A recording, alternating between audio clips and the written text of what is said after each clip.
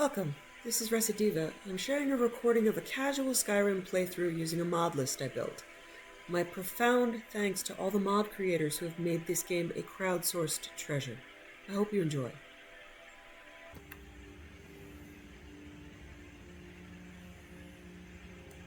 I don't like this place.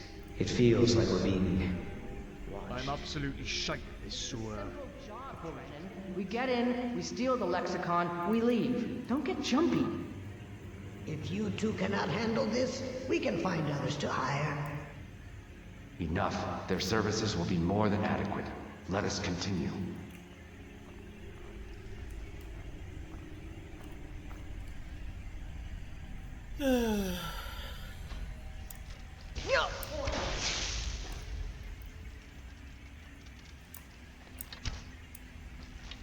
Yeah, how did that miss?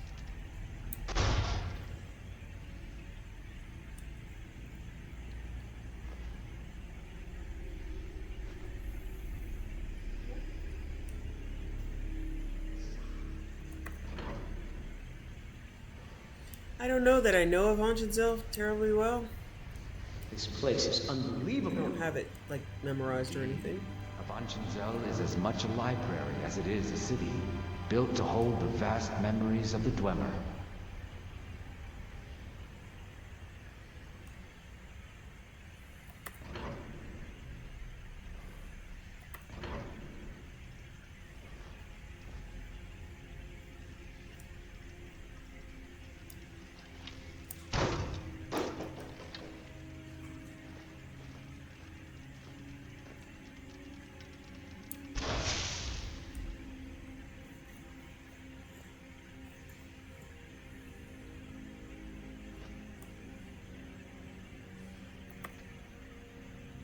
I'm something.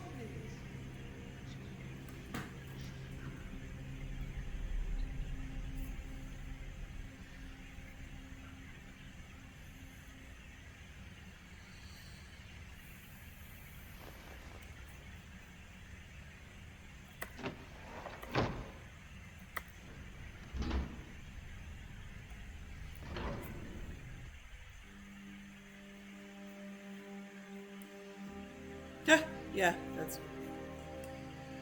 Alright. That's where we go out. Where we go in.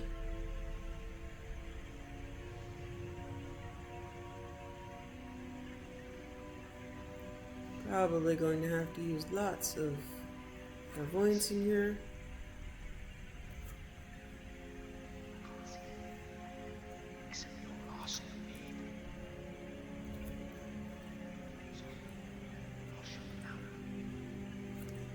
Yeah, not an exit.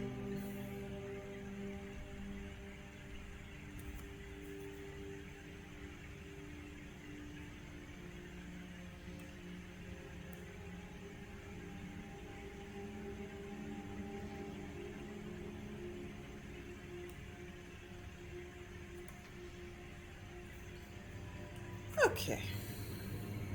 Can't go in there.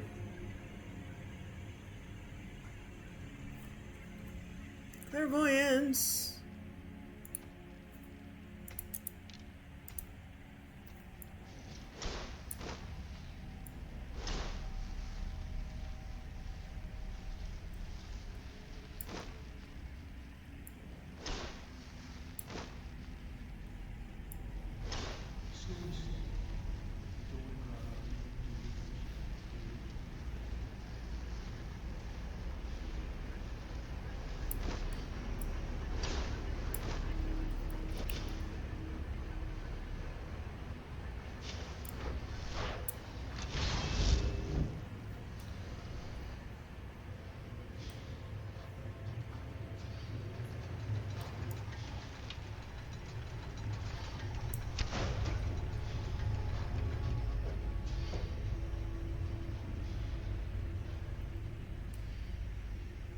It's so dark.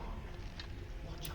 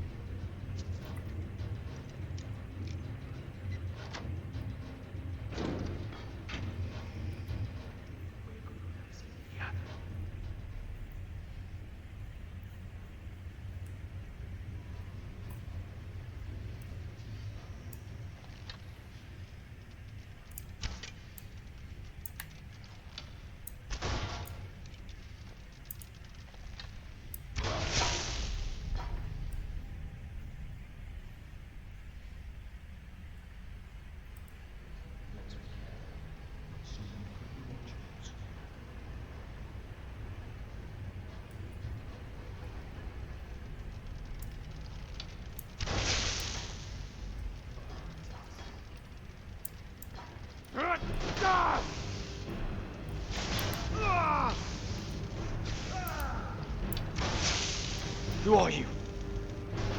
Oblivion, can't you? I swear to fuck! Let it be a lesson to others.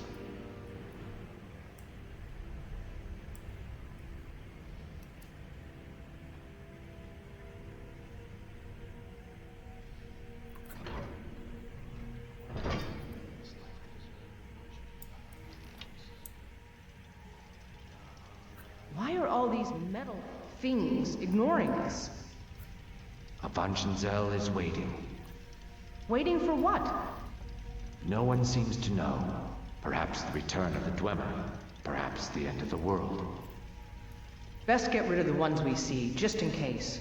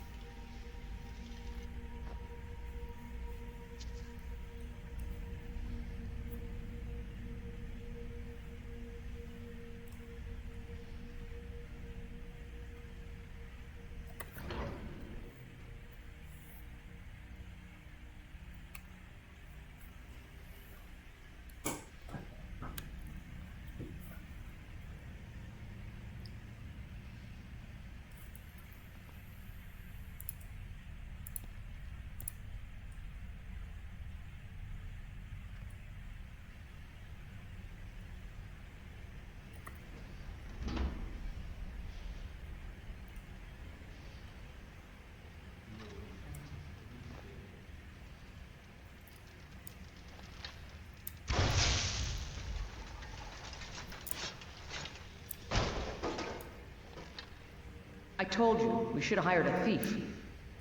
We are thieves, you fool. We're stealing the cube. And yet none of us can pick a damned lock. I've been on raids like that too, guys.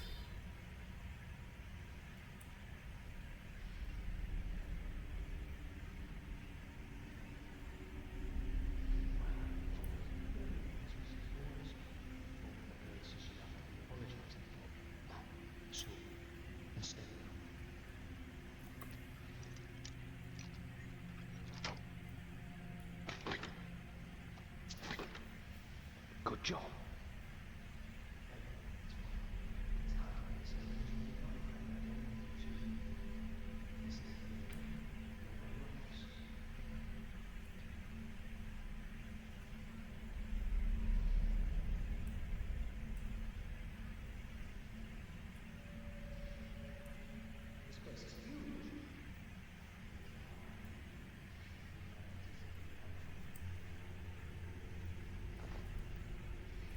Well, that looks trappy.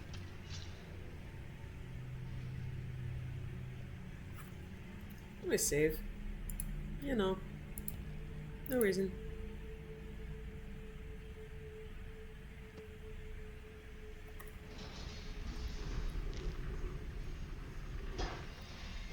What? Okay. One of these days I'm gonna cut something off myself, I swear.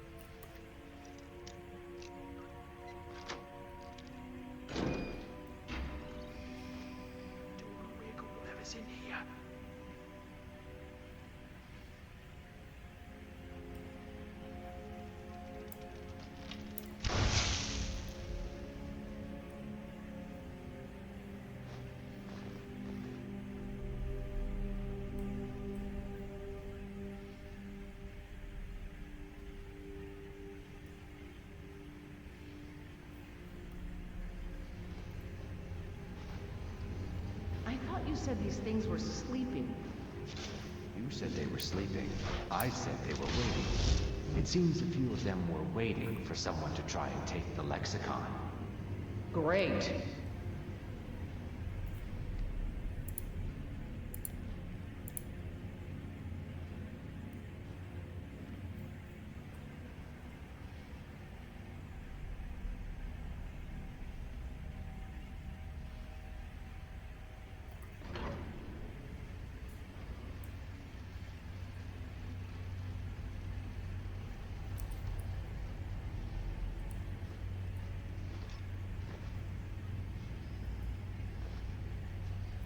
Shizmaz's conductor.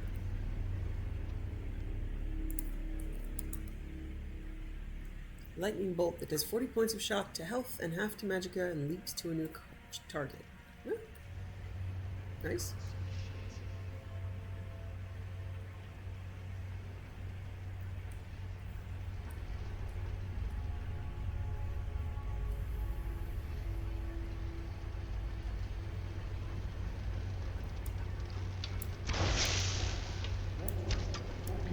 Oi! Arsenal! Oh! Oh, fuck! For fuck's sake! Yes! You won't win this!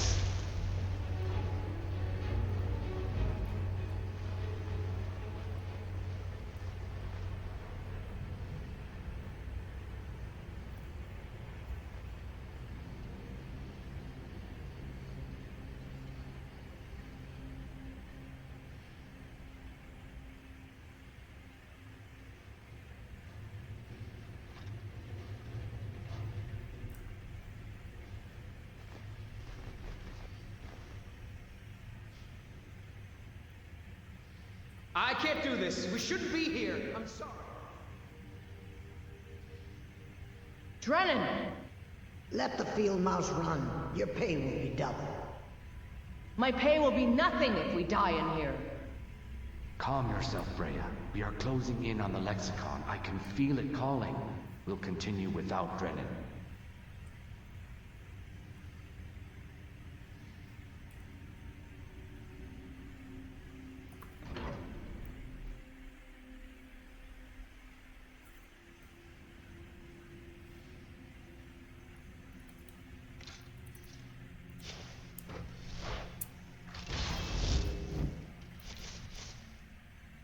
Yeah.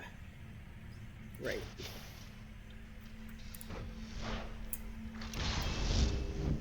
I get very used to my old hotkeys.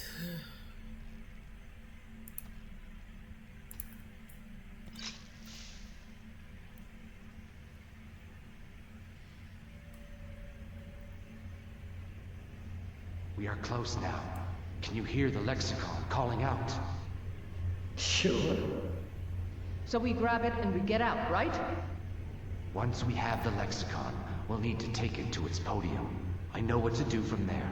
Soon the lexicon's knowledge will be mine.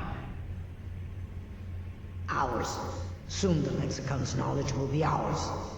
Of course. Red flags everywhere.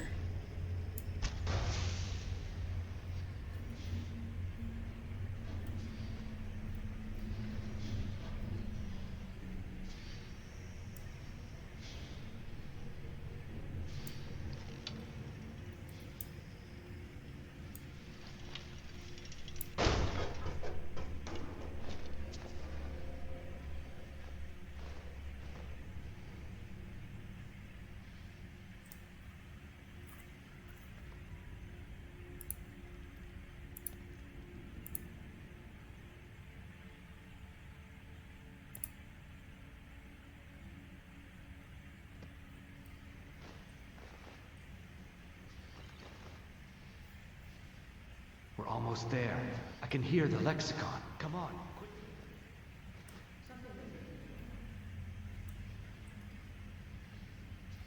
I don't see a switch.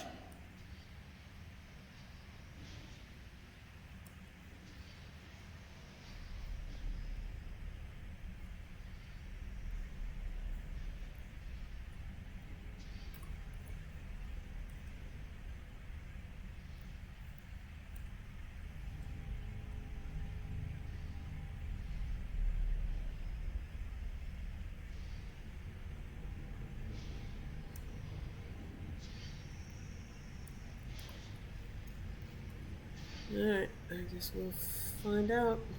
I'm gonna fuck around and find out.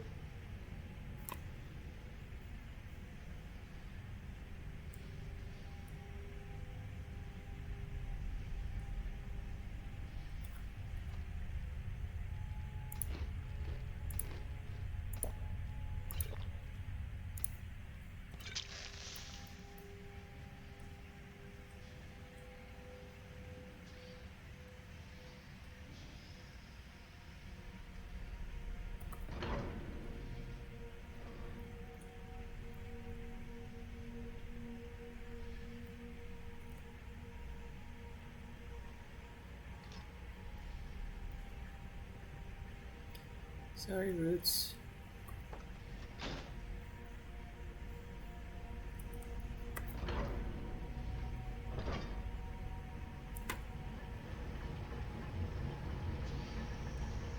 I can't hold these things. We need to leave. I did not come all the way here just to walk out empty-handed. And you are trying so We are hard to right help. there. Run, damn it.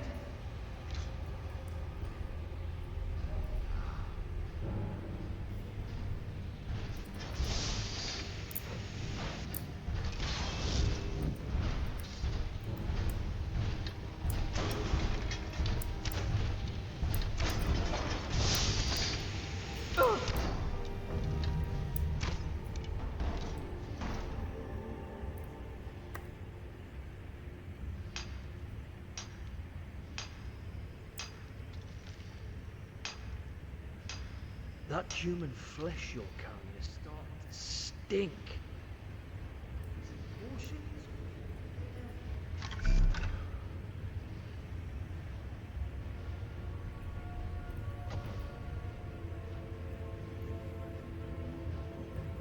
I think that gives me a buff. Ancient knowledge, yeah.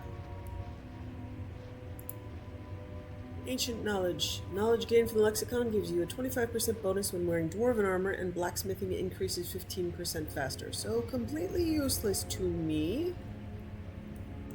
But we still did it.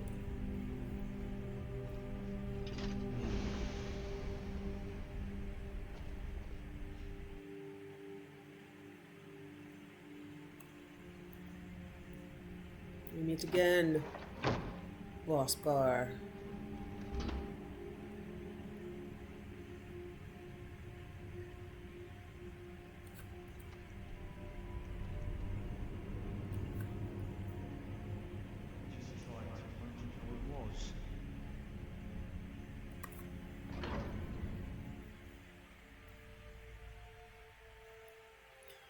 Ah, gorgeous. Wow, is it fall?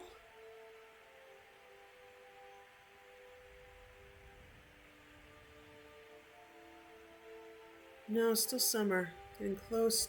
Yeah, getting close to fall, huh?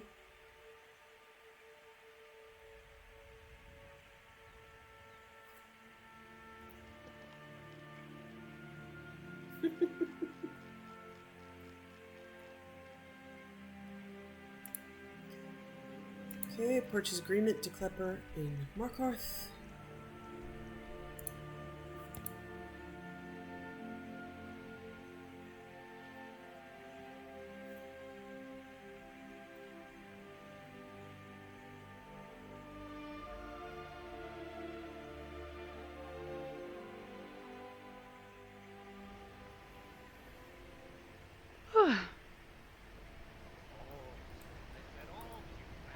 Fuck off the game. Nobody likes you. I don't have to like you. Come on in. I The could have Silverblood reset Inn has plenty of strong and drink done your and quest, clean rooms. and I didn't.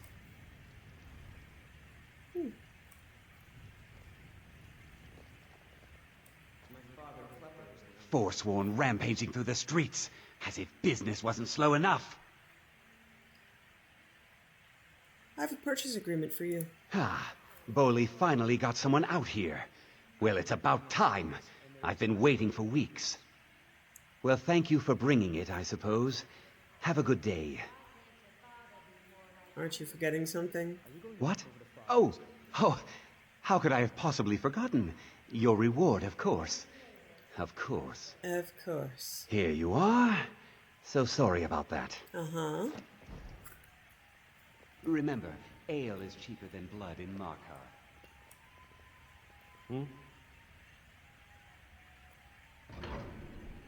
Wouldn't it be blood is cheaper than ale? Got it backward.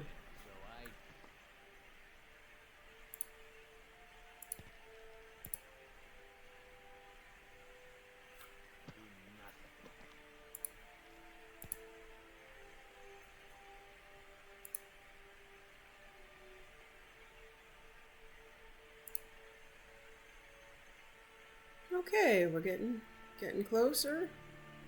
Okay.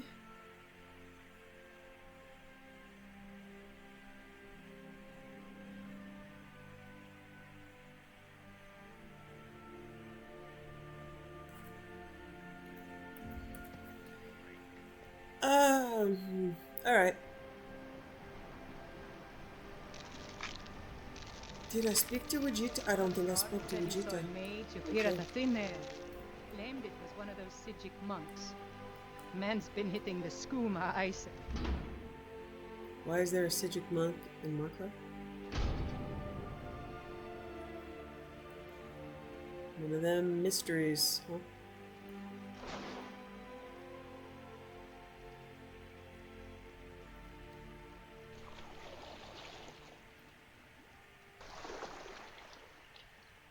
So, what are we doing tonight? You know. We're reading books. Yeah. I'm sorry. Yeah, this isn't the mod list where there's lots of sex.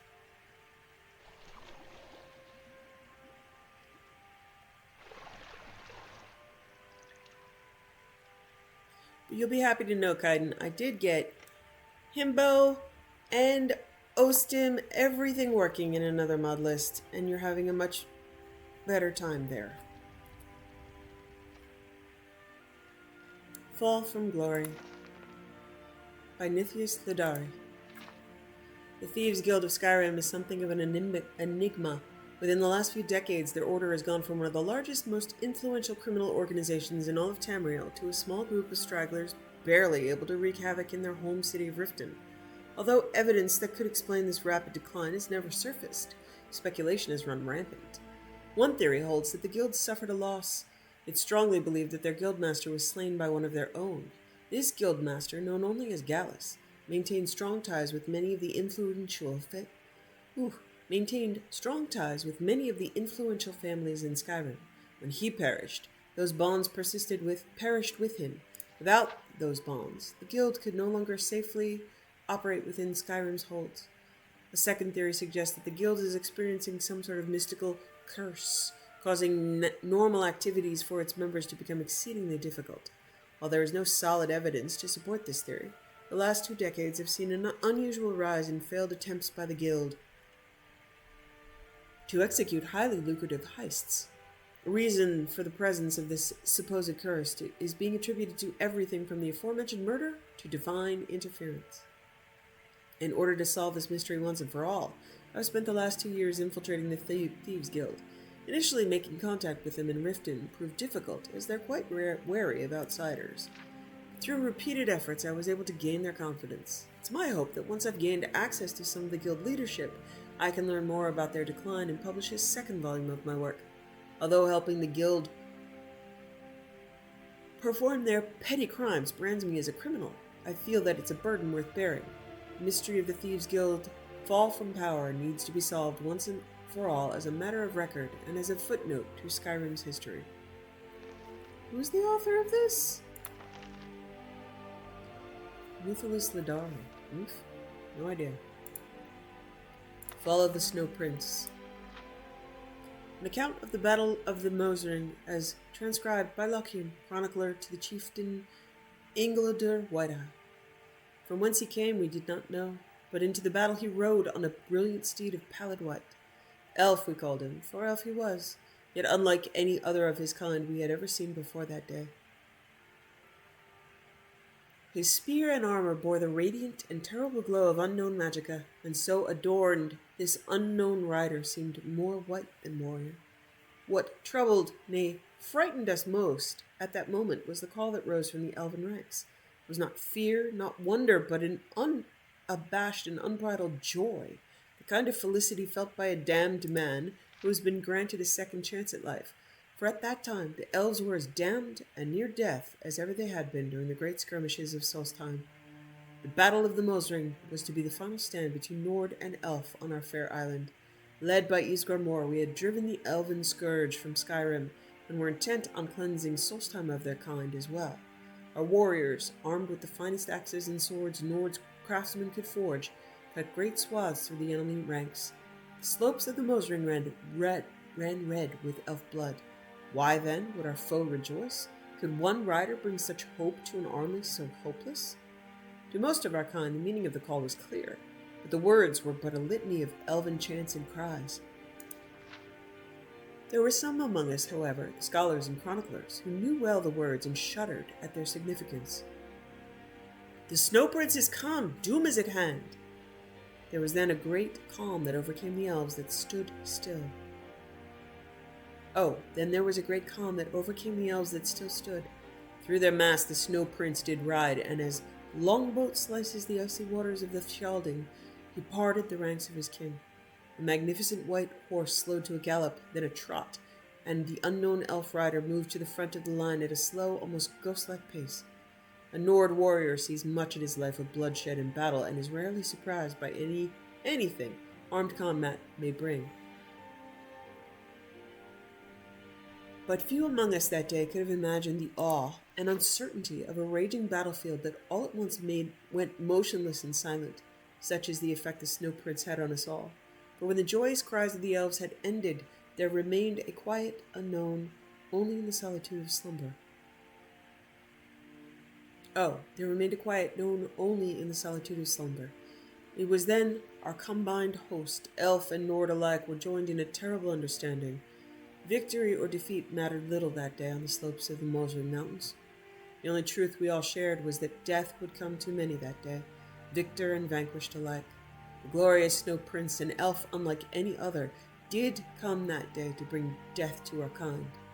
And death he so brought. Like a sudden, violent snow squall that renders travelers blind and threatens to tear loose the very foundations of the sturdiest hall, the Snow Prince did sweep into our numbers. Indeed, the ice and snow did begin to swirl and churn around the elf, as if called upon to serve his bidding. The spinning of that gleaming spear whistled a dirge to all those who would stand in the way of the Snow Prince, and our mightiest fell before him that day. Ulfgian Vohand, Strom the White, Frida Oakenwand, Heimdall the Frenzied, all lay dead at the foot of the Mosring Mountains. For the first time that day it seemed the tide of battle had actually turned. The elves, spurred on by the deeds of the Snow Prince, rallied together for one last charge against our ranks. It was then, in a single instant, that the Battle of the Mosring came to a sudden and unexpected end. Finna, daughter of Gelfrar, a lass of only 12 years, and squire to her mother, watched as the Snow Prince cut down her only parent. In her rage and sorrow, Finna picked up Gelfrar's sword and threw it savagely at her mother's killer. When the elf's gleaming spear stopped its deadly dance, the battlefield fell silent, and all eyes turned to the Snow Prince. No one that day was more surprised than the elf himself at the sight that greeted them all, for upon his great steed the Snow Prince still sat, the sword of Gelfrar buried deep in his breast. And then he fell, from the horse, from the battle, from life. The Snow Prince lay dead, slain by a child. With their savior defeated, the spirit of the remaining elven warriors soon shattered. Many fled, and those that remained on the battleground were soon cut down by our broad Nord axes.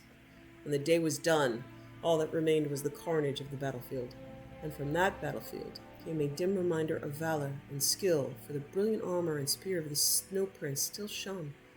Even in death, his might and this mighty and unknown elf filled us with awe. It is common practice to burn the corpses of our fallen foes. This is as much a necessity as it is a custom, for death brings with it disease and dread. Our chieftains wished to cleanse Solstheim of the elven horde, in death as well as in life. It was decided, however, that such was not to be the fate of the Snow Prince. One so mighty in war, yet so loved by his kin, deserved better, even in death, even if an enemy of our people. And so we brought the body of the Snow Prince wrapped in fine silk to a freshly dug barrow. The gleaming armor and spear were presented on a pedestal of honor, and the tomb was arrayed with treasures worthy of royalty. All of the mighty chieftains agreed with this course, that the elf should be so honored. His body would be preserved in the barrow for as long as the earth chose, but would not be offered the protection of our Skyrim, which was reserved for the Nord dead alone. So ends this account of the Battle of the Mosring and the fall of the magnificent elven Snow Prince. May our gods honor him in death, and may we never meet his kind again in life.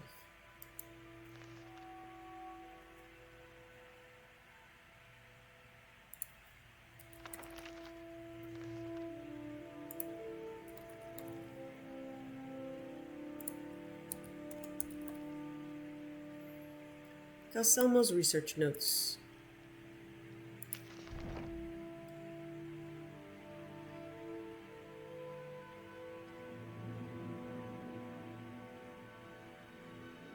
This sheaf of papers contains countless scribbled notes, diagrams, and stains of questionable origin. It appears that most of it is a direct translation from Falmer of multiple unknown sources. You pick out some jottings that are either circled, underlined, or a combination of both. And the Snow Prince's steward took refuge with the Dwemer of Illegible, with the rest of the Cold Court, keeping his lord's possessions safe, and he undertook the task of ensuring that at least the priceless eyes of the great statue made it safely from the palace, temple, to its new home. This must be referring to Erkenthan. I, as the Dwemer, had closed off all the other access to their northern seat, Blackreach, the Sisters of Skycallers, having been loath to trust the Dwemer and their bargain of refuge, finally accepted the hospitality of the last city willing to take them in. One of the Dwemer settlements attached to Blackreach, then? Perhaps the librarian at Winterhold College has something helpful on this. It is still unknown why the Dwemer thought it prudent to insist that the House of the Sun's Light could only accept refuge from the watchful eye of the God, Great One, of XRIB. It was not looked on favorably by those, nor by the Snow Prince's court, but there was no alternative. The sun's light must not be overrun by man. Must research. A Dwemer temple of Srib? Preposterous. Must be something else. Perhaps a temple to a god that predated the Dwemer? Perhaps the priesthood of the Nine keeps archives about former competition? And will have something about this Srib? Why does that name sound familiar?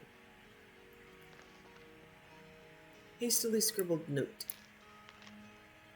My scribing tools are lost, and I've no time for a lengthy entry anyway. It's taken weeks, but I've finally found it. The Sanctuary of the Dark Brotherhood, one of them anyway, in Skyrim, under a forest road. I've been watching them, the assassins, their comings and goings. Fools have no idea they're being observed. My next goal is to somehow make it past the sinister black door into the sanctuary itself. I don't have time to even think about the dangers. The truth must be known. Every guard knows. Madrasi's notes. The Journal of Madrasi Dran, on Argavund. Whispers of this ancient temple have been few and far between, and most real. And most real knowledge seems similar to Argavund itself, buried and forgotten. Yet every story or legend I hear seem to speak of immeasurable riches found deep within. Great treasure waits for the worthy adventurer, said one old fool after many false flirtations and tankards of mead. Though he may have been a nuisance, his information matches most of my research, specifically the location of Argavund. Tomorrow I will hire a mining team to assist me in my excavation and head toward the ruin. By this time next month, I shall be rich. M.D. Note from Maven. And Darren, if you ever dare to create an arbitrary rule on my behalf again without informing me first, I'll have Maul personally show you what your insides look like. I trust that we're clear on this issue, and I won't have to mention it again. Maven. Note to the Archmage. Dear Savos, recently I had a visit of Indras Hlas, oldest son of the Hlas family. He came to me with a request to keep safe a blade he inherited from his late father, the great Indralis Plus, who passed away not 2 months ago. Young Indras told me the blade is twisted, and he does not want it near him or his family. He did not say so, but I strongly assume the blade was involved in his father's death. Idras would like to get rid of or destroy the blade, but is reluctant to do so since it is a family heirloom. The blade possesses a curious magical power, and as such, Las came to me for studying and safekeeping the blade. I did a short study of it, and have concluded that this is the powerful bipolar blade of lore. The decoration on the blade illustrates the twisted nature perfectly.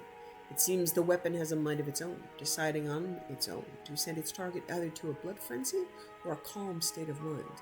I am no weapons expert, but it is clear this blade is dangerous in the wrong hands. Therefore, I sent it to the college. You can keep it safe there. You can keep it safer there than I can. Store the bipolar blade somewhere safe where none will touch it, but don't destroy it. Let's not rule out the possibility of Halas coming to claim it at a later time. I trust you will know what to do. Your friend, E.D. Stranger's note. You're here about a job. You don't know what it's for, but I'm sure you're intrigued. It's alright. You don't need to know anything just yet. Oh, you don't need to know everything just yet. There's a strong box in Bolly's house, placed on a dresser next to his bed. Find a way to crack it open. Your instructions for the job are inside. A stranger. Okay, that's the Grey Cowl of, yeah, that's a Grey Cowl quest.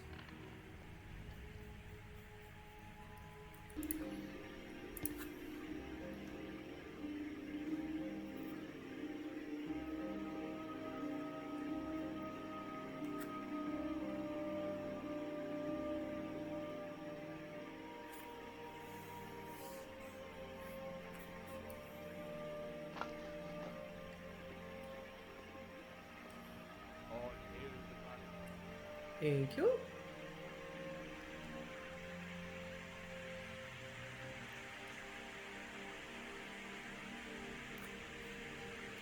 Alright,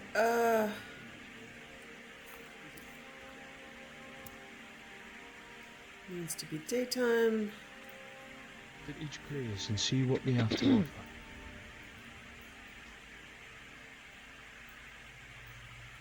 I'm gonna deliver this. Did you see?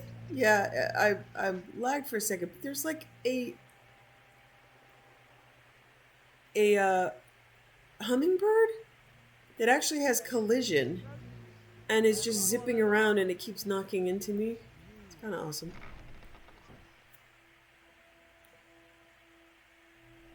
I'm kind of busy. But if you need any potions or ingredients, let me know. I hope your parents are proud of you. They have a lot of reason to be. Where are you? Where did you put it, woman? What is it now, dear? Oh, don't you dear me. I had all of that on my work table not an hour ago, and after you swept in there, it's gone.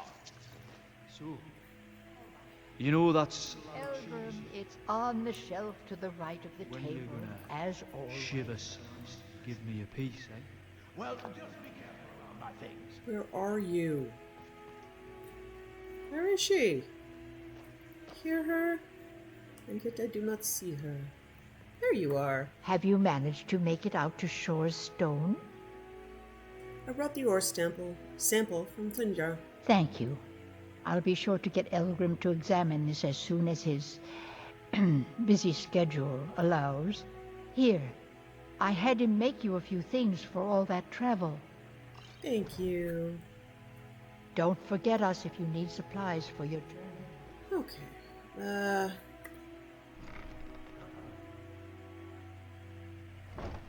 There's Ingun. Maven is the new, Jarl. Why are we running? Oh, you're trying to find, Mule. Yeah, okay.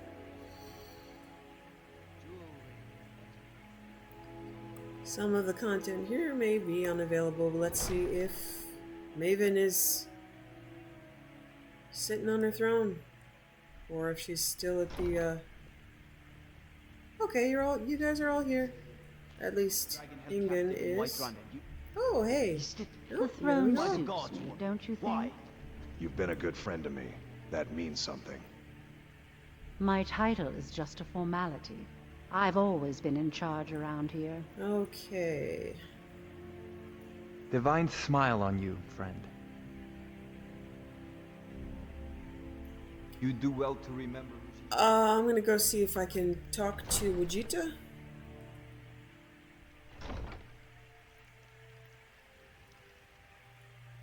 Some of this stuff may be past its date. Thank you.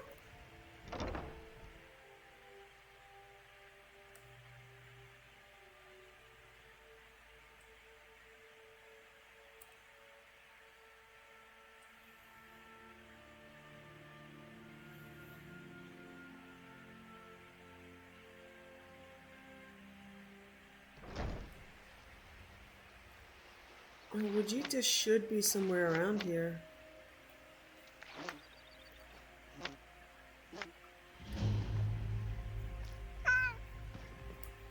Hey, honey, Robin.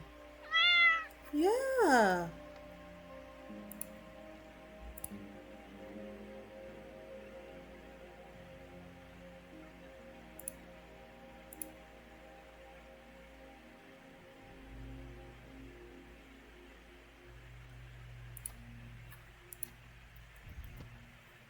Hello, beautiful. I like it here. Me too.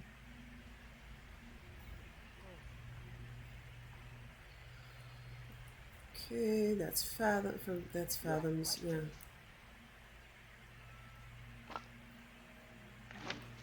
Let's see, see if Vegeta is working in the fishery. Please help me. Okay, to lose she my is. job at the Riften. I really need your help. I don't want to lose my job at the fishery. What am I going to do? You might lose your job? My job at the Riften fishery is in danger. The owner, Bolly, said that if I show up for work in this condition one more time, then I'm out. I don't mean to do this to myself, but I can't help it. I tried some skooma a year ago, and ever since then, I can't stop. If you could give me a healing potion, I could cleanse this poison from my body and get back to my life. Sure, here you are. Your kindness will never be forgotten. Here, take this. It's all I can offer you for what you've given me. It is our most favored company. Where do you get your skooma? Look, I don't think I should say. I mean, they could kill me. I think you owe me one. Okay, I'll tell you. I get my skooma from Sarthas Idrin. He has some sort of a setup over the Riften warehouse. You can't get inside, though. They've kept that place locked up tight since the war began. Who has the key to the warehouse? I overheard Bolly say that only the Jarl carries the key to the warehouse. When I meet Sarthas there, he's usually waiting for me outside with his bodyguard. You've been kind. I thank you.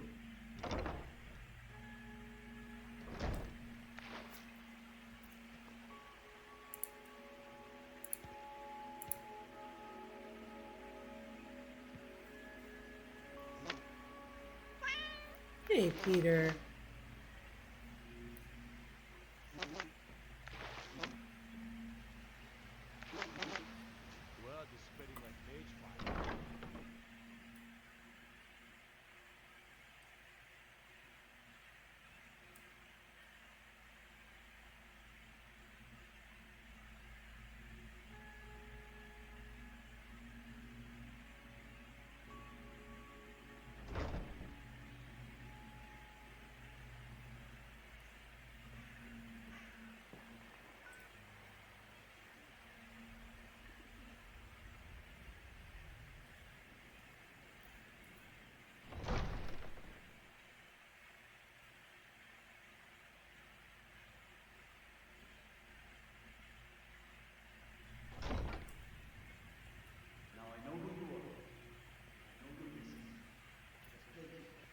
The throne suits me, don't you think?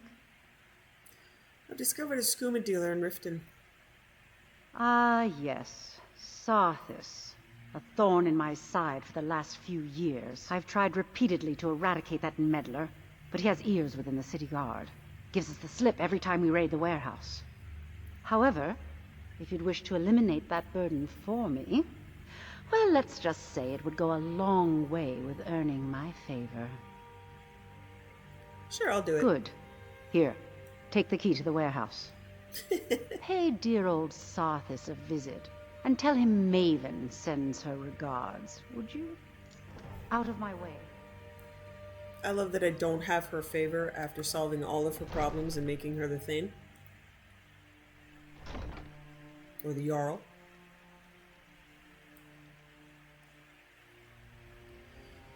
But okay. I've never seen the old as upsetting.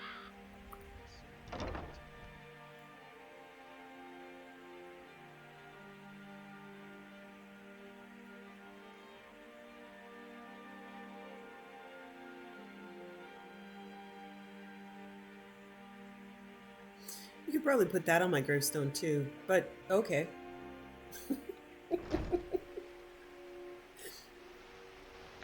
Sounds like it suits me. Yeah, I didn't ask to be born anyway, but you know, like, okay.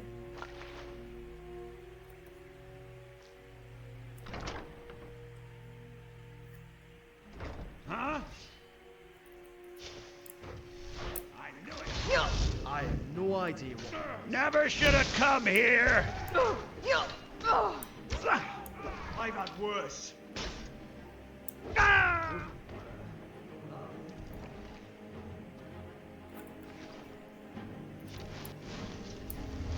can't thank you enough.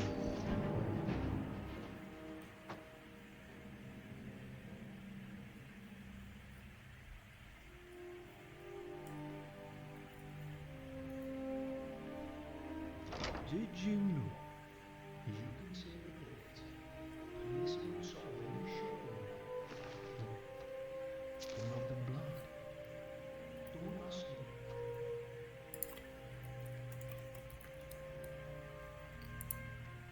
Oh, 2. Shipments arrived. Our shipment arrived and the following items are on your list. You want it? You want in? I need to see the gold. Fire salt, paralytic poison, blackbriar, private reserve, shadow banished wine, chokeberry preserves. No idea what that's for. Shipment's ready. Sarthis, just got a shipment of moon sugar from Morrowind. We're refining it now and the skooma should be ready by the time you get to Crag's Lane Cavern. Bring the gold or don't show up at all. Kilmir. His mind.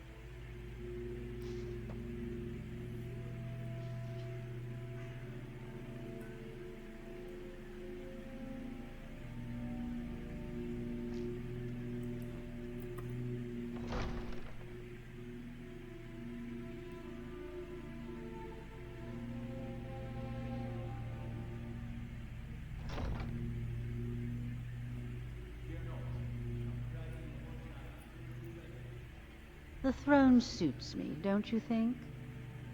Sarthis Idrin has been taken care of. Results speak volumes over words, and you just proved it. Did you happen to discover where the fetcher was getting his skooma from? They're at Crag's Lane Cavern. Then I want you to head out there immediately and eliminate all of them. I can't afford to have another Sarthis blunder into Riften because they think we're too lazy to disrupt their pitiful operation. Do this task for me, and you'll be well on your way to a title in Riften. I'll make sure it's done. Good. Make sure not one of them escapes alive. Out of my way. She is just a charmer.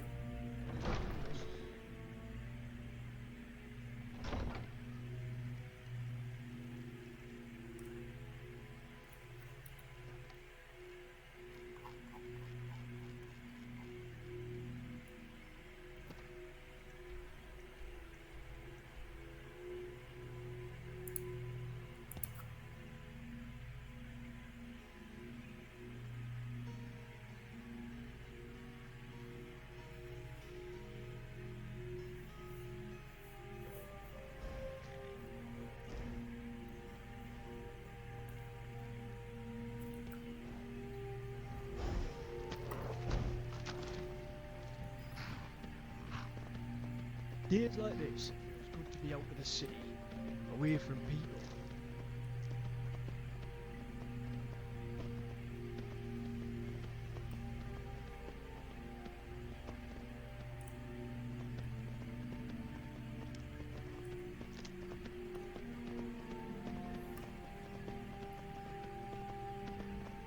I think we're at the end of summer.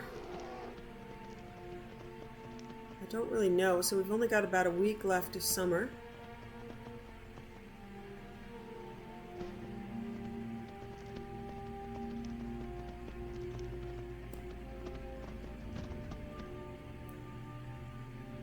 Hello, biter.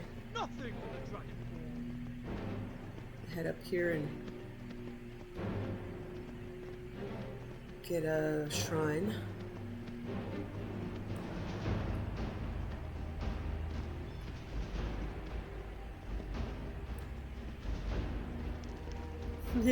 Sorry, majestic birds. I'm very likely going to be looting you.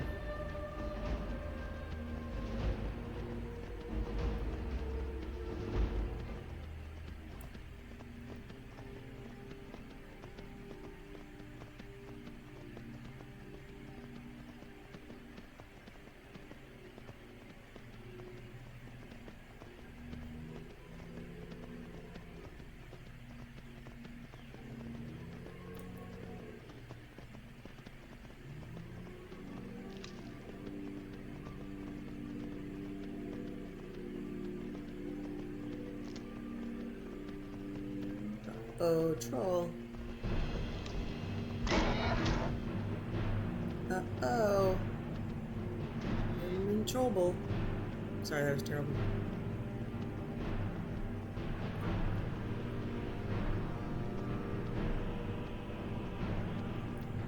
Ooh, pretty.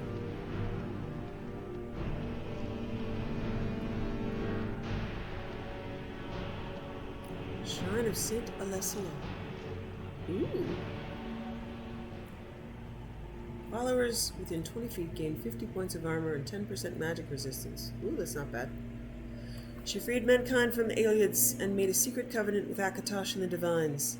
Follower, pray to choose a divine blessing. Tenants, have a follower at your side. Slay elves. Receive the blessings of the divine.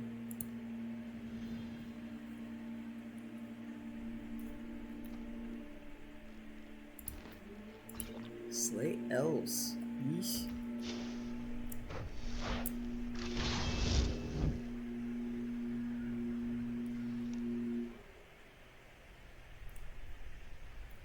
Okay.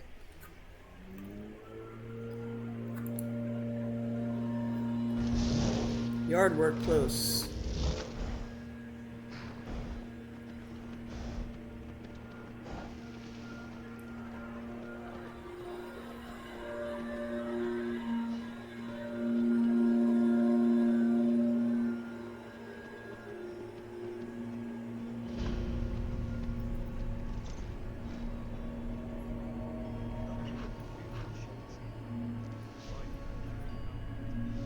That's close enough.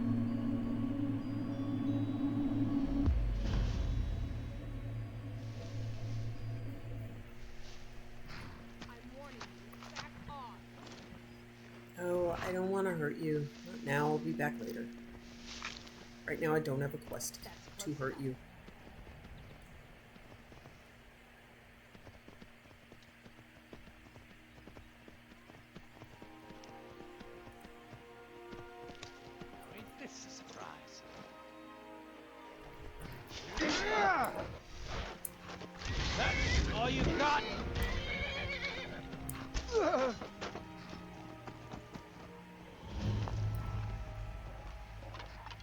Wow, they're white wolves now.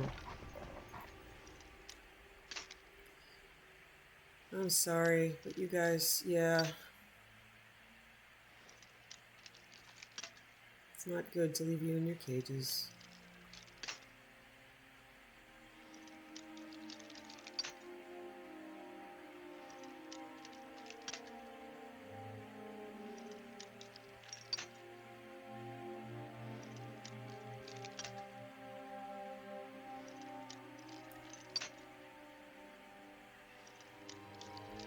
Where the hell is it?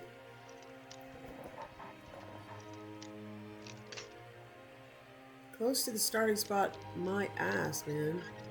Yeah, that was, for a master lock, that was very far away.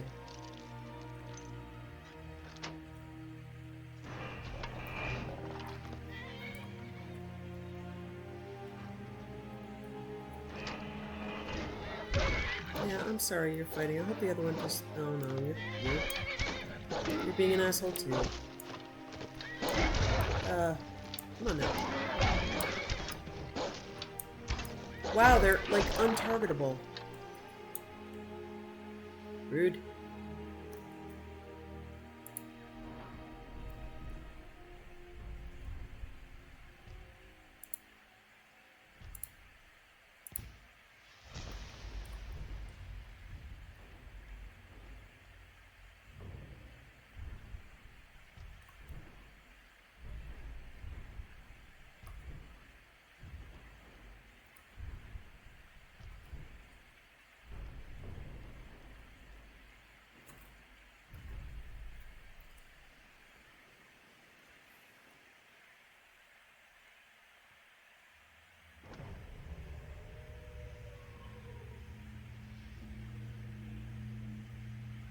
Oh.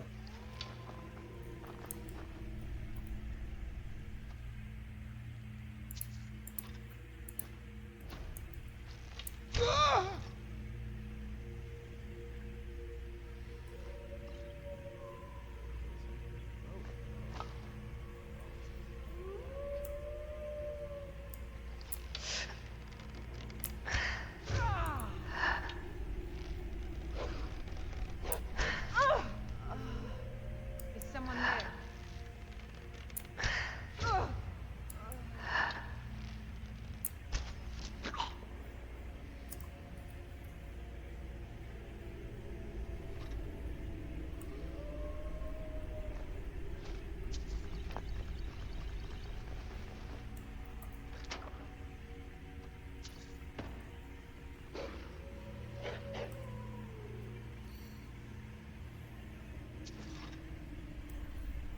I don't have any mercy with these guys. I know I used the bishop romance for a little bit, and he had a dog named Carnweir that was held captive here, and I got no empathy. I will not spare your lives.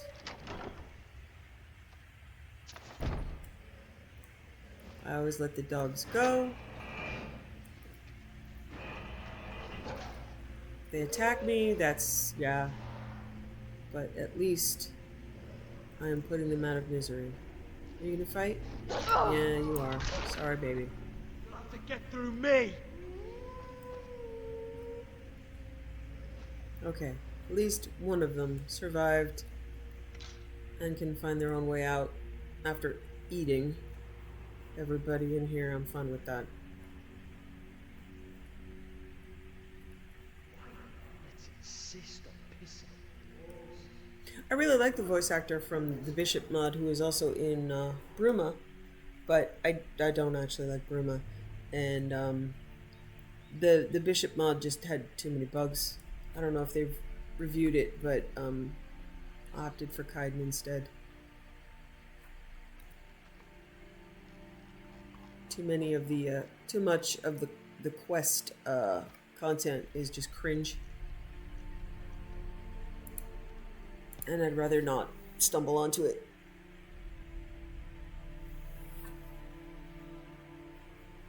I did try to just play with just having him around and ignoring his quests, but it's not as satisfying as like having the Kaidan quest move forward in a way that isn't it mostly isn't cringe. Some of it's still cringe.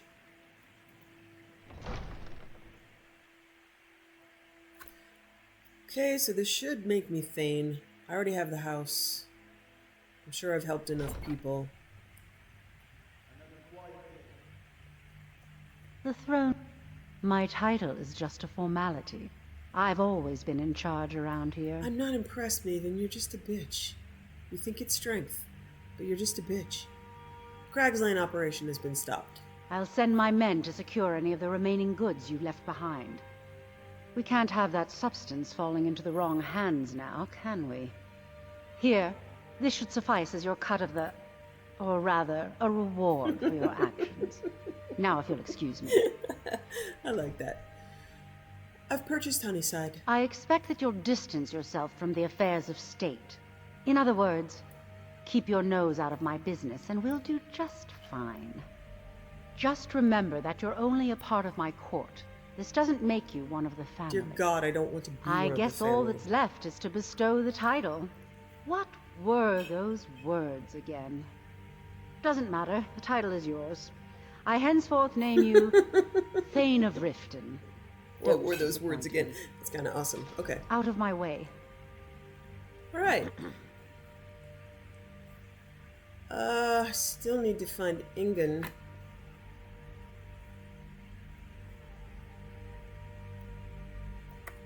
She might be down. Let's see if she's...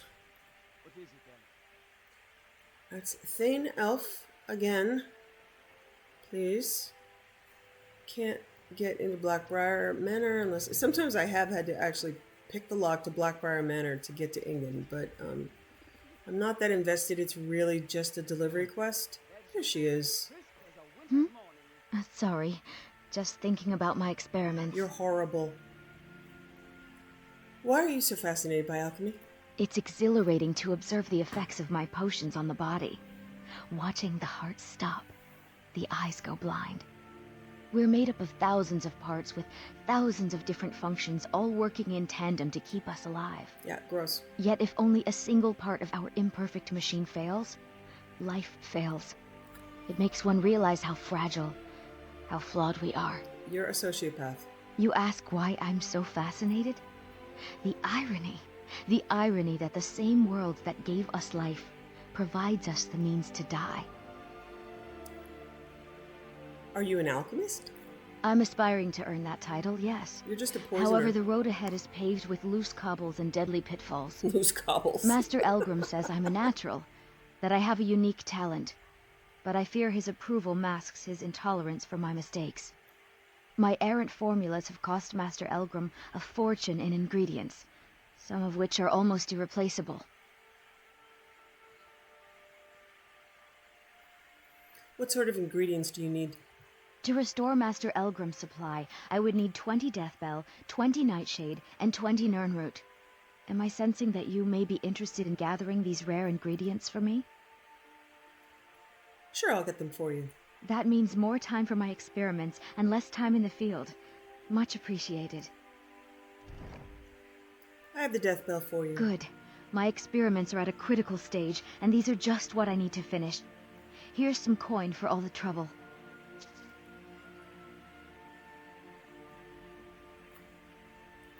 My experiment... Any luck gathering those ingredients?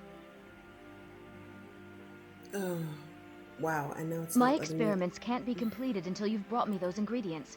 Do hurry.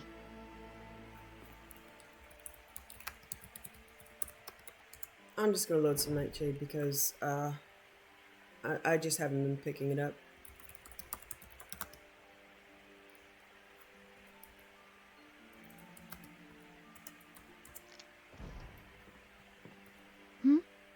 Sorry. Just thinking about my experiments. Yeah, you like killing little things. I have the Nightshade for you. Perfect. This is just what I needed. Here's some gold for your time. Wow, am I like short of Nirnroot or something?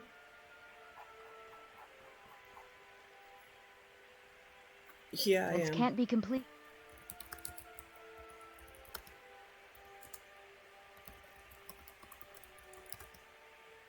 I'm not traveling all the way back.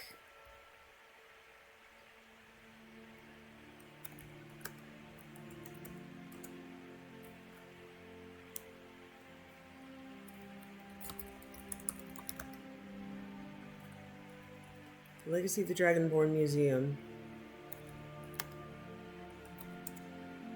Ugh.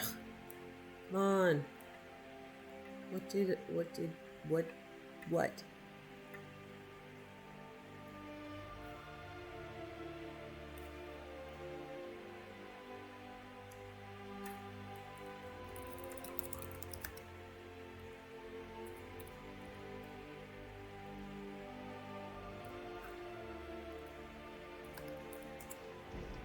Until you've brought me those ingredients.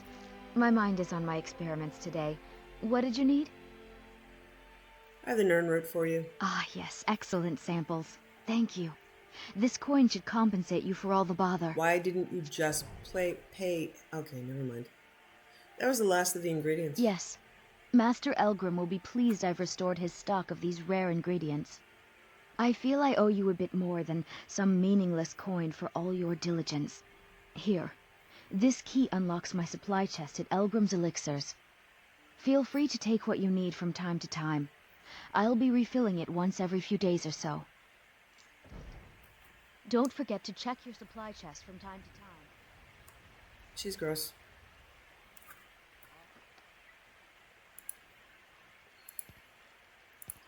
I usually, in my run-throughs, save the death bell, but the death bell, actually, I don't like to pick because it's pretty.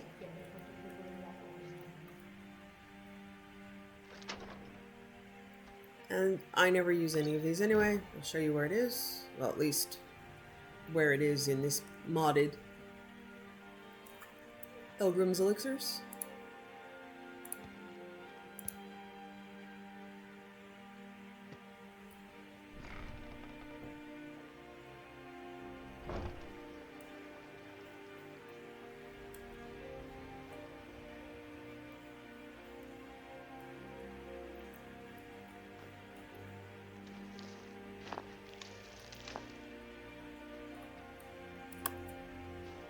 Ah, nightshade right there. We should stop to try a bottle.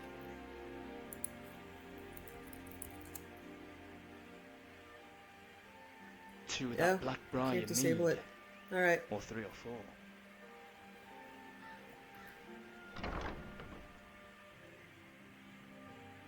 It's a static thing from the mod. I'm just gonna leave it alone.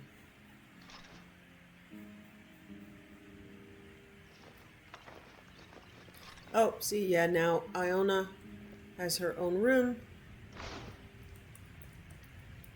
And she is my house Carl.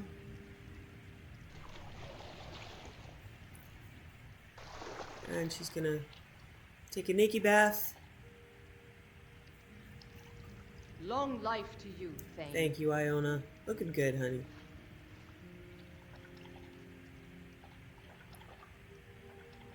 Oh. I am your sword and your shield. I appreciate Maybe you'll give me a massage later on. What do you need, my Thane? No, I'm good.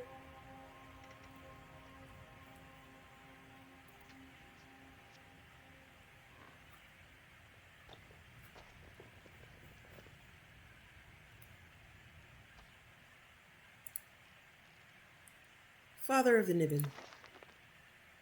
Translated with commentary by Florin Jalil. Introduction. Writing the biography of anyone is a challenge. Usually the problem lies in assessing one's sources, comparing the prejudices of one chronicle versus another. Waylon Jarth, I have been told, in writing his well-regarded series on the Wolf Queen of Solitude, used over 100 contemporary narratives. I cannot complain about my task having a similar issue. There is but one record of the man called Topol the Pilot, the earliest known Aldmer explorer of Tamriel. Only 4 short verse fragments of the epic Father of the Nibbin have survived to present day, and they offer an interesting, if controversial, look at the Middle Merethic era, when Topol the Pilot may have sailed the seas around Tamriel. Though Father of the Nibbin is the only written record of Topol the Pilot's voyages, it is not the only proof of his existence. Among the treasures of the great crystal tower of Somerset Isle are his crude but fascinating maps, his legacy to all Tamriel. The translation of the Aldmeri Udahandra Nibienu, father of the Nibin, is my own, and I accept that other scholars may disagree with some of my choices of words. I cannot promise my translation lives up to the beauty of the original. I have only strived for simple coherence. Fragment 1. Second ship, the Pasquiniel, manned by pilot Ilio, was to follow the southern pointing waystone, and the third, the Nibin, manned by pilot Topol, was to follow the northeast pointing waystone. The orders from the Crystal Tower, they were to sail forth for 80 moons, and then return to Tel. Only Nibin returned to First Hold, laden high with gold and spice and fur and strange creatures, dead and live. Though alas, old Alinofe Topal never found, he told the tales. Old Alinofe Topal never found. He told the tales of the lands he had visited to the wonderment of all. For 56 days and nights he sailed over crashing waves of dire intent, past whirlpools, through mist that burned like fire, until he reached the mouth of a great bay, and he landed on a sun-kissed meadow of gentle dells. As he and his men rested, there came a fearsome howl, and hideous orcs streamed forth from the murky glen, cannibal teeth clotted with gore. For centuries, strange crystalline balls were unearthed at the sites of ancient Aldmer shipwrecks and docks, particular artifacts of the Merethic and Dawn eras that puzzled archaeologists, until it was demonstrated that each had a tendency to rotate on its axis in a specific direction. There were 3 varieties, one that pointed southward, one that pointed northeast, and one that pointed northwest. It is not understood how they work, but they seemed attuned to particular lines of power. These are the waystones of the fragment, which each of the pilots used to point their craft in the direction they were assigned to go. A ship with a name not mentioned in the fragment took the vessel northwest toward Thras and Yokuda. The Paskinet took the southern waystone and must have sailed down toward Pyandonia. Topol and his northeast waystone found the mainland of Tamriel. It is clear that this fragment what the 3 ships were assigned to do. Find a passage back to old Alinofe so that the Aldmer now living in Somerset could learn what became of their old homeland. As this book is intended to be a study of Topol the pilot, there is scarcely room to dedicate to different theories of the Aldmeri exodus from old Alinofe. If I were using this poem as my only source, I would have to agree with the scholars who believe that the tradition that several ships left old Alinofe and were caught in a storm. Those who survived found their way to Somerset Isle, but without their waystones, they did not know which direction their homeland was. After all, what other explanation is there for 3 ships heading in 3 opposite directions to find a place? Naturally, only one of the ships returned, and we do not know if either or both of the other 2 found old Alinofe or perished at sea or at the hands of the ancient Pyndonians, Slode, or Yokudans. We must assume, unless we think the Aldmer particularly idiotic, that at least one of them must have been pointing in the right direction. It may well have been Topal, and he simply did not go northeast far enough. So, Topal, setting sail from First Hold, sets northeast, which coincidentally is the longest one can travel along the Abasian Sea without striking land of any kind. Had he traveled straight east, he would have struck the mainland, somewhere in what is now the Colovian west of Cyrodiil, in a few weeks. Had he traveled southeast, he might have reached the hump of Valenwood in a few days. But our pilot, judging by his own and our modern maps, sailed in a straight line northeast, through the Abasian Sea and into the Iliac Bay, before touching ground somewhere near present-day Anticlair in 2 months' time. The rolling verdant hills of southern High Rock are unmistakable in this verse, recognizable to anyone who has been there. The question, of course, is what is to be made of this apparent reference of orcs to orcs occupying the region. Tradition has it that the orcs were not born until after the Aldmer had settled the mainland, that they sprung up as a distinct race following the famous battle between Trinamac and Boethia at the time of Restain. It is possible that the tradition is wrong. Perhaps the orcs were an aboriginal tribe predating the Aldmeri colonization. Perhaps these were accursed folk, all Orsimer and the Aldmeris, this same word for orc, of a different kind, whose name was to be given to the orcs in a different era. It is regrettable that the fragment ends here, for more clues to the truth are undoubtedly lost. What's missing between the first fragment and the second is appreciable. It must be more than 80 months that have passed, because Topol is on the opposite side of the mainland Tamriel now, attempting to sail southwest to return to Firsthold after his failure at finding Old Alinofe. Fragment 2. No passage westward could be found in the steely cliffs that jutted up like the giant's jaw, so the Nibbin sailed south. As it passed on a sandy, forested island that promised sanctuary and peace, the crew cheered in joy. Then exultation turned to terror as a great shadow rose from the trees on leathered wings like an unfurling cape.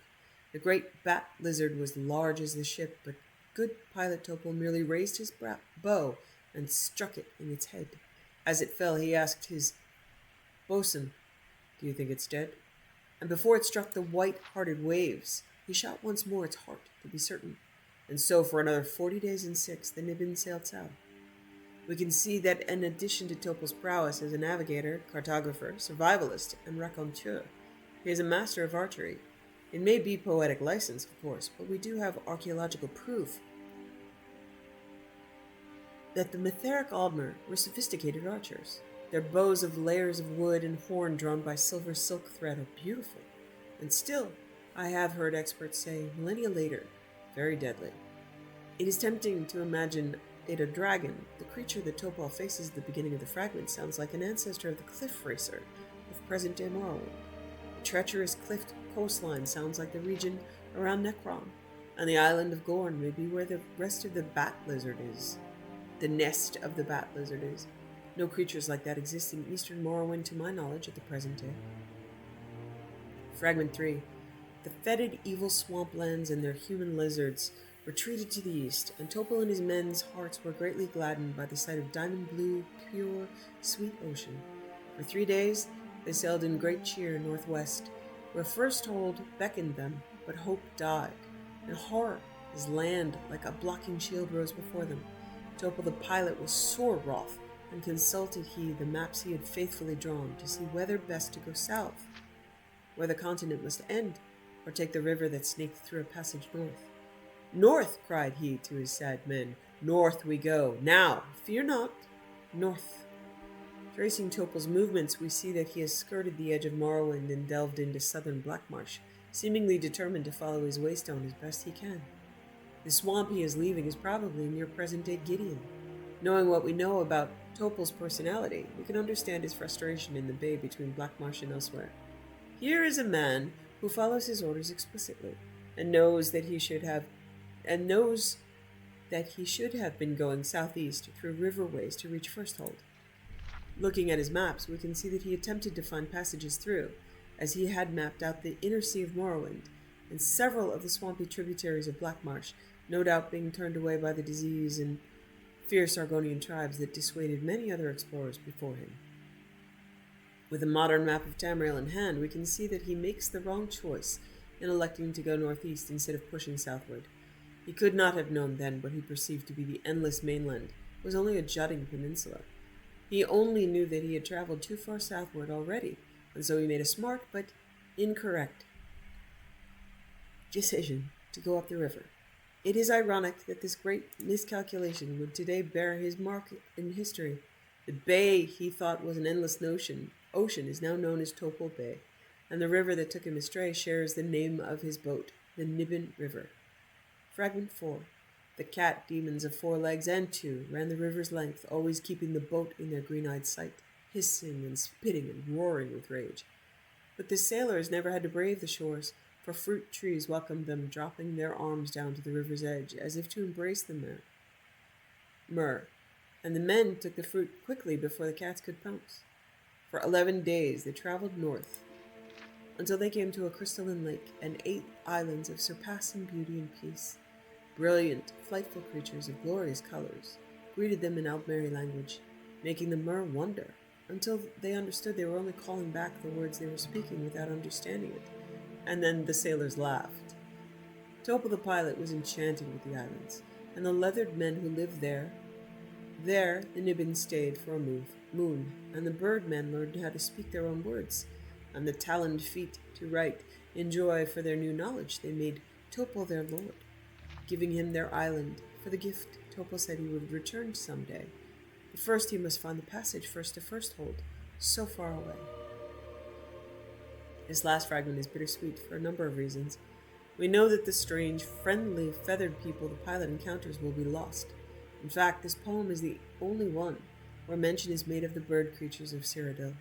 The literacy that Topol gives them is evidently not enough to save them from their eventual fate, likely at the hands of the cat demons, who we may assume are ancient Khajiiti. We know that Topol and his crew never find a route from the 8 islands which are the modern-day Imperial City through to the Iliac Bay.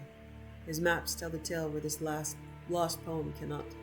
We see his hand as he traces his route up the Niben to Lake Rumer, and after attempting a few tributaries, which do not lead him where he wants to go, we can imagine Topol's frustration, and that of his long-suffering crew as they return back down the Niben to Topol Bay.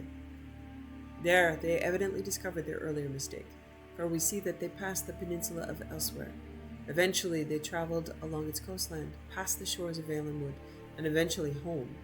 Usually, epic tales end with a happy ending, but this one begins with one, and the means to which it was accomplished is lost.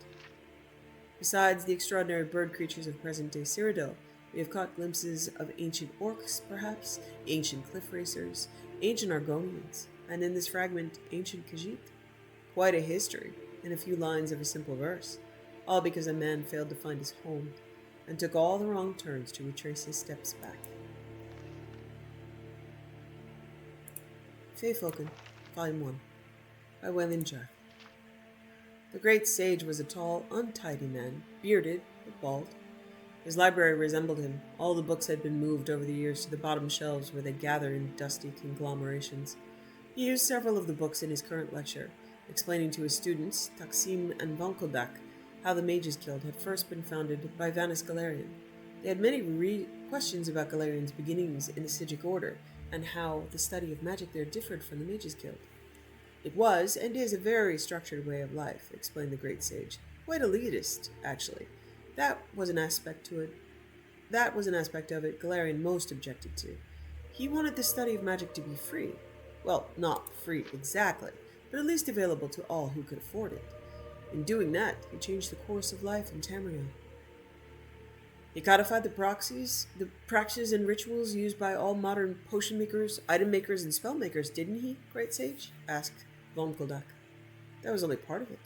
Magic as we know it today comes from Vanis Galarian. He restructured the schools to be understandable by the masses. He invented the tools of alchemy and enchanting so everyone could concoct whatever they wanted, whatever their skills and purse would allow them to do, without fear of magical backfire. Well, eventually he created that.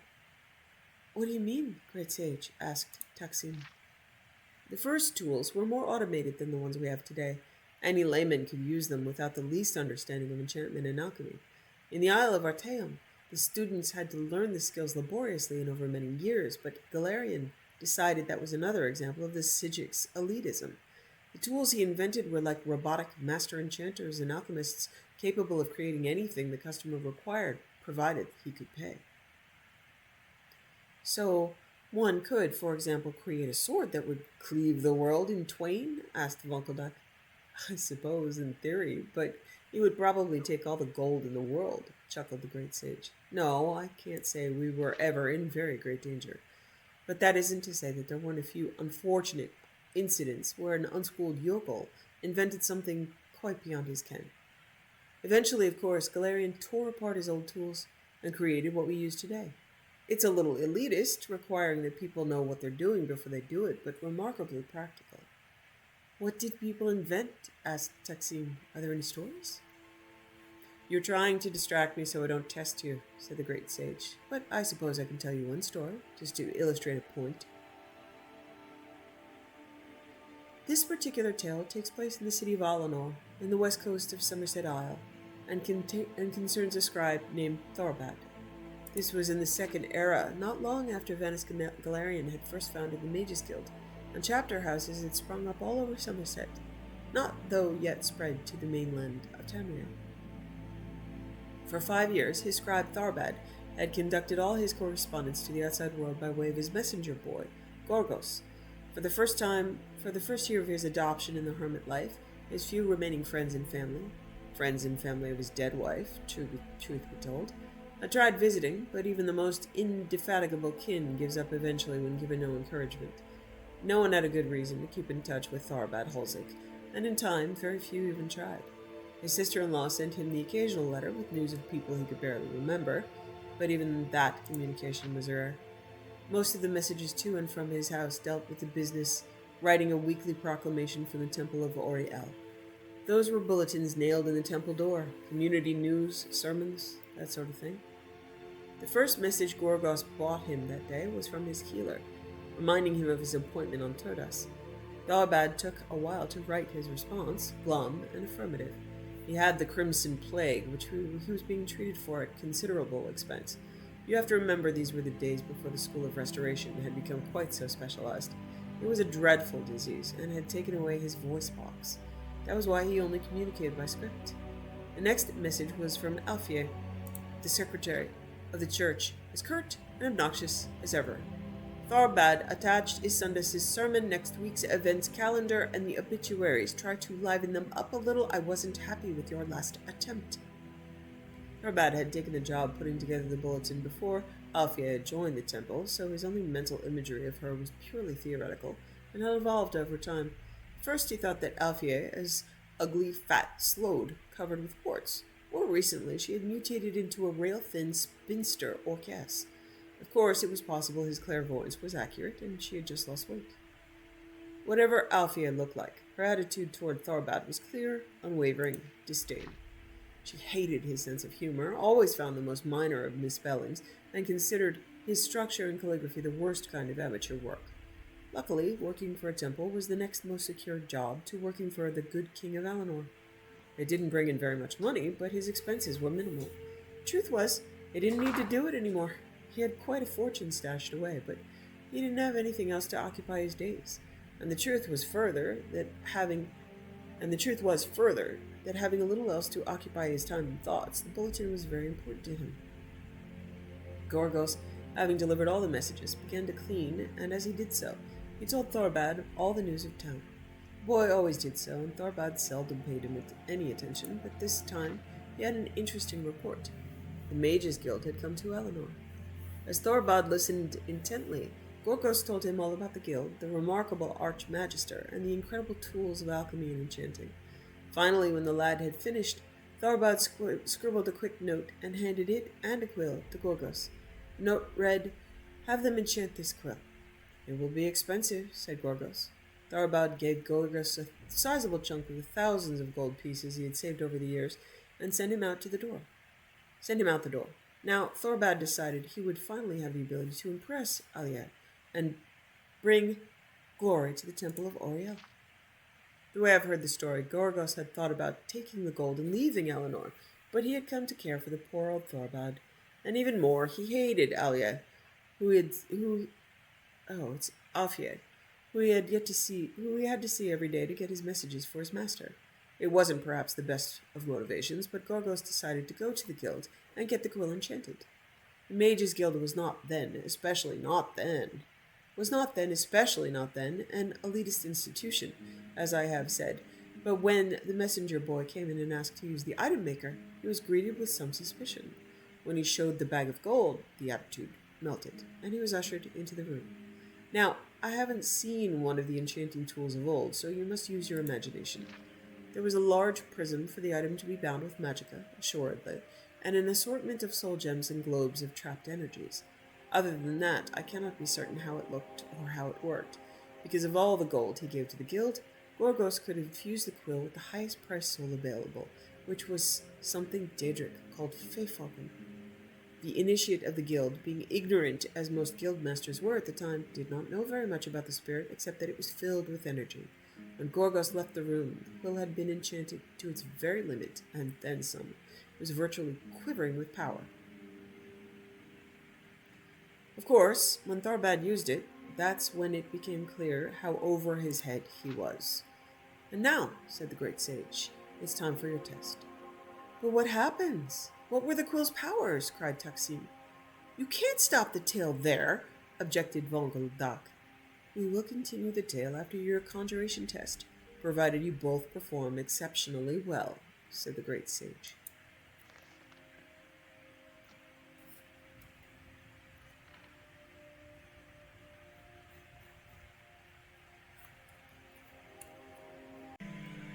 Thanks for watching. Wishing you found family, creative hobbies, a hot bath after a long day, and food you love as much as Saleya loves apple pies.